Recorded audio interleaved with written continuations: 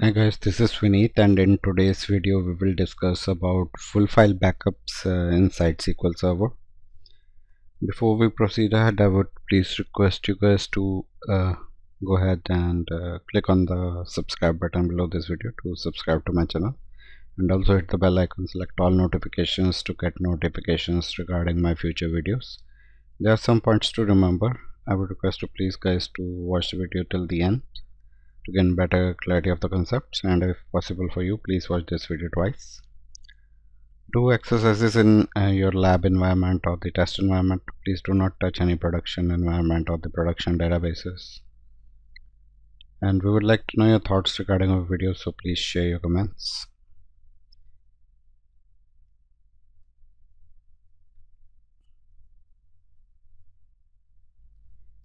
Okay guys, in order to get the PDF copy of the notes which I'm discussing in this video, you may also download this PDF notes from the link given below, which is a topmentor.io.link.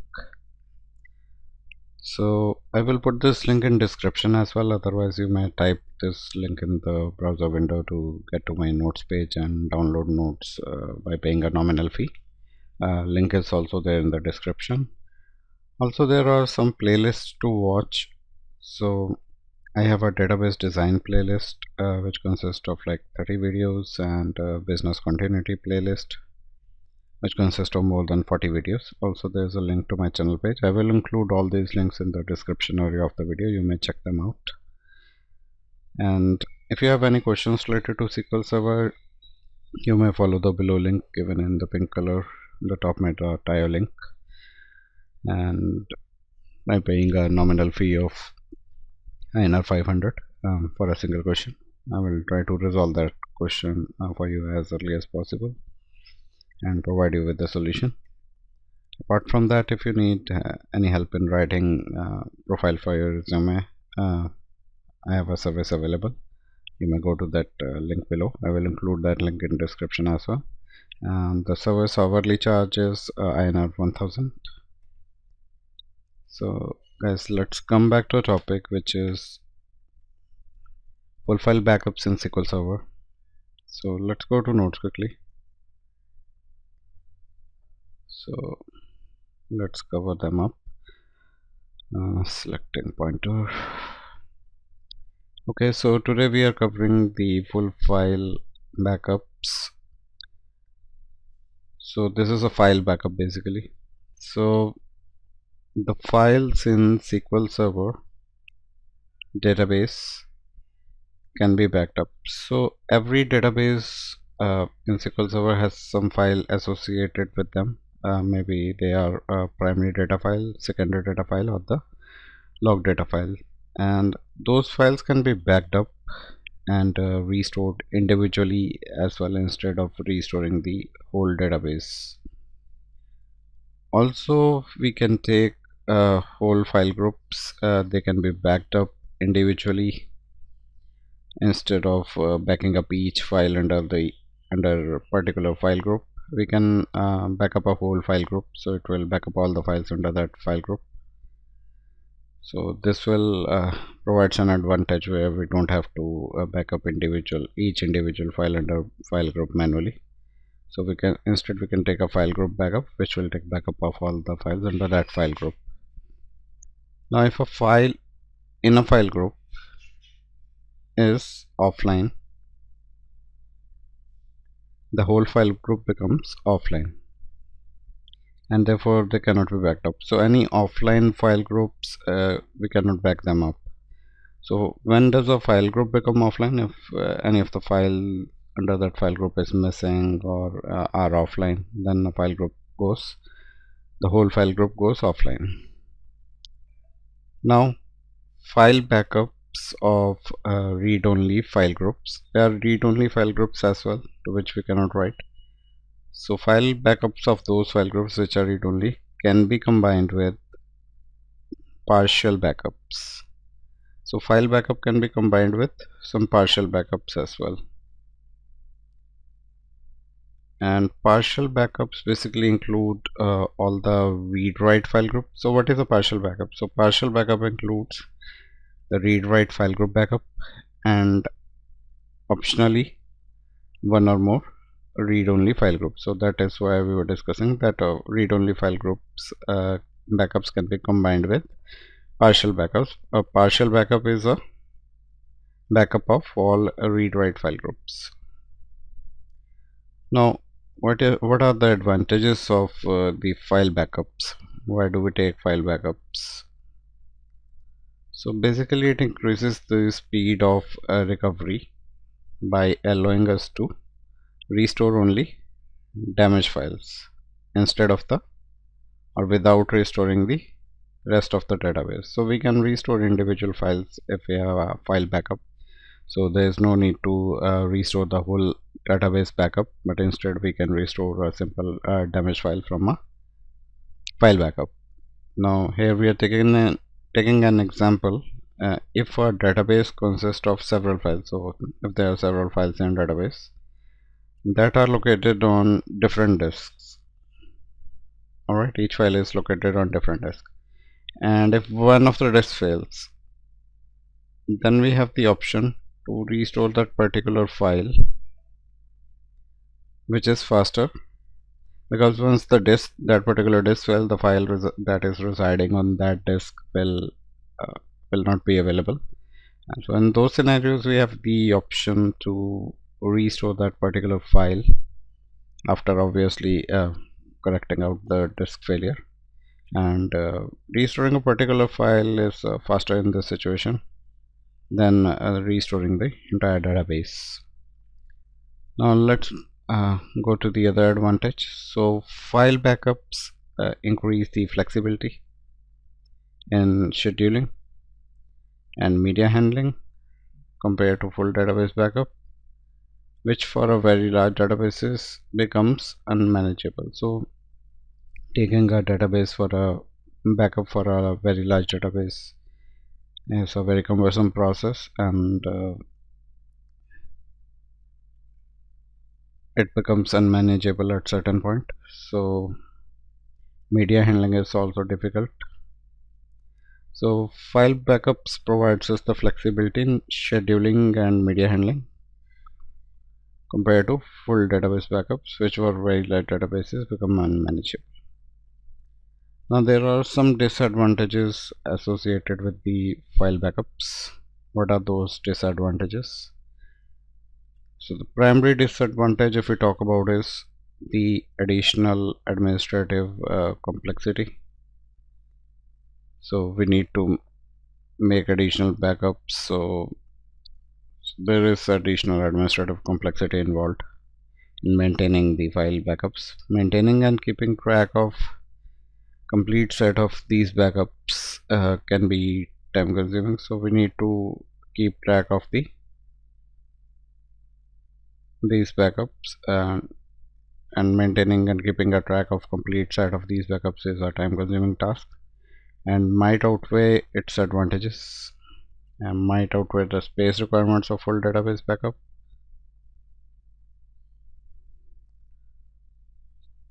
Alright, and another disadvantage can be a media failure can make a complete database unrecoverable if a damaged file lacks a backup. So if any media failure happens and where the complete database becomes unrecoverable, and if the file backup has a file that lacks the backup information, then that database cannot be recovered. Therefore we must maintain a complete set of file backups. So what is advised is to maintain a complete set of file backups, and in addition, for a full and bulk log recovery model, one or more log backups covering minimally the interval between the first full file backup and the last full file backup are required.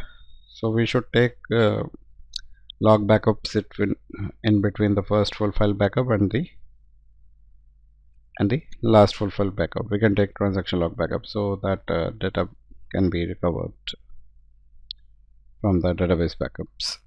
Now let's discuss about the overview of file backups. A full file backup backs up all the data in one or more files or file groups. So what is a full file backup? It basically backs up what information, all the data in one or more files or file groups, and by default file backups contain enough log records to roll forward the file to the end of the backup operation. So generally it contains enough information or enough log records to roll forward the file to the end of the backup operation. And the full file backup backs up all the data in one or more files or file groups. And backing up the read-only file or file groups is the same for every recovery model. So if we talk about the read-only files and file groups, the backup is same, process is same for any recovery model, maybe a full recovery model or a simple recovery model or a bulk log recovery model. So under the full recovery model, a complete set of full file backups together with enough log backups to span the all the file backups. So if we are using a full recovery model, what do? We take a complete set of full file backups. Every full file backup we take that, and between these full file backups we have transaction log backups. So we take them with, in addition to taking a complete set of full file backups, we take together with enough log backups which we have taken, which are transaction log backups, to span all the file backups. If the equivalent of, and it is the equivalent of full database backup. So any of the all set of file backups and plus all the log backups taken in between each and every file backup, that is equivalent to a full database backup. So I hope this point is clear. You may read through this paragraph again to gain better clarity. Now only one file backup operation can occur at a particular point in time. So we cannot perform more than one file backup operation at the same time. However, we can backup multiple files in a single operation. Multiple operations cannot be there, but yeah, multiple files can be combined in a single operation and that can be performed. But this might extend the warranty, but this might extend the recovery time. So if we have a single operation going on with multiple files to be backed up, this will if we have a backup like this, then the recovery time will be extended if we have to restore a single file. Why is that so? This is because to look at that particular file, a whole backup is read in order to look at that particular file, and then that particular file will be restored. Now individual files can be restored from a database backup. However, locating and restoring a file takes longer from a database backup than from a file backup. So if we have a database backup, we can definitely restore files from that as well, but yeah, locating a file, particularly in a file backup, is much easier and faster. Now let's go to next topic, which is file backup under the simple recovery model. And guys, we have various videos available on file backup, so you may check my business continuity playlist. The link is given in the description of this video, so you may check the videos out how to take file backups. Now here we are talking about taking file backups under the simple recovery model. So under the simple recovery model, read-write files must all be backed up. So any read-write files file group must be backed up under a simple recovery model together. and all these read-write files must be backed up together. This makes sure that the database can be restored to a consistent point in time. Instead of individually specifying each read-write file or file group, we can also use the option read-write file groups while taking the file backup. So this is a great option where we can together backup all the read-write file groups, and this option backups all the read-write file groups in the database. A backup that is created by specifying a read-write file groups is known as a partial backup because it does not include any read-only file groups, as it excludes the read-only file group. So this is known as a partial backup. Partial backup is a backup of read-write file groups and all the files under them. Now we were talking about the simple recovery model where we just have to take the backup of read-write file groups, and now we are talking about the file backup under the full recovery model.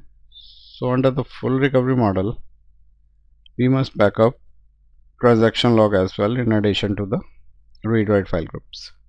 So we must backup the transaction log regardless of the rest of the backup strategy, which is to take backup of read-write file groups. A complete set of full file backups. So complete set of full file backups which contains the read-write file group backups basically, together with the enough log backups. We need that. So in addition to all the set of full file backups, together with the enough log backups to span all the file backups from the start of the first file backup, is the equivalent to a full database backup. Now, restoring a database using just file and log backups can be complex. Therefore, if it is possible, it is always a best practice to perform a full database backup.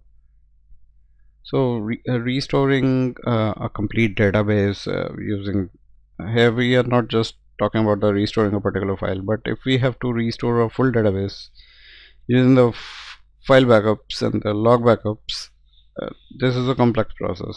So in order to restore a database, it is always a best practice that you should perform a full database backup and start the log backups before the first file backup. Alright, now let's go through this diagram. So this is showing us a database creation time, which is T0. Just after that, we have taken our database backup, which is a full database backup we have taken.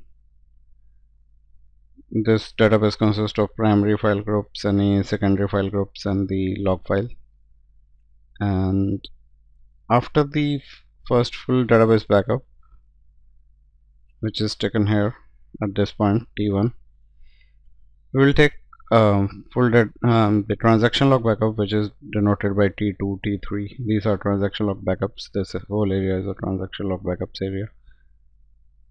So we take any transaction log backups immediately after the full database backups, and between the first full database backup and the first file backup, which is this is basically a file group backup one of primary file group we have taken. So these have three file groups, A, B, and C in total.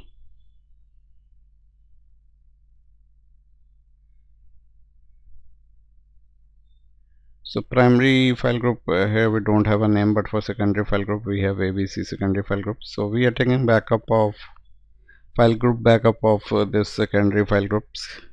We are taking backup of file group A at this T4 point, taking backup of file group C at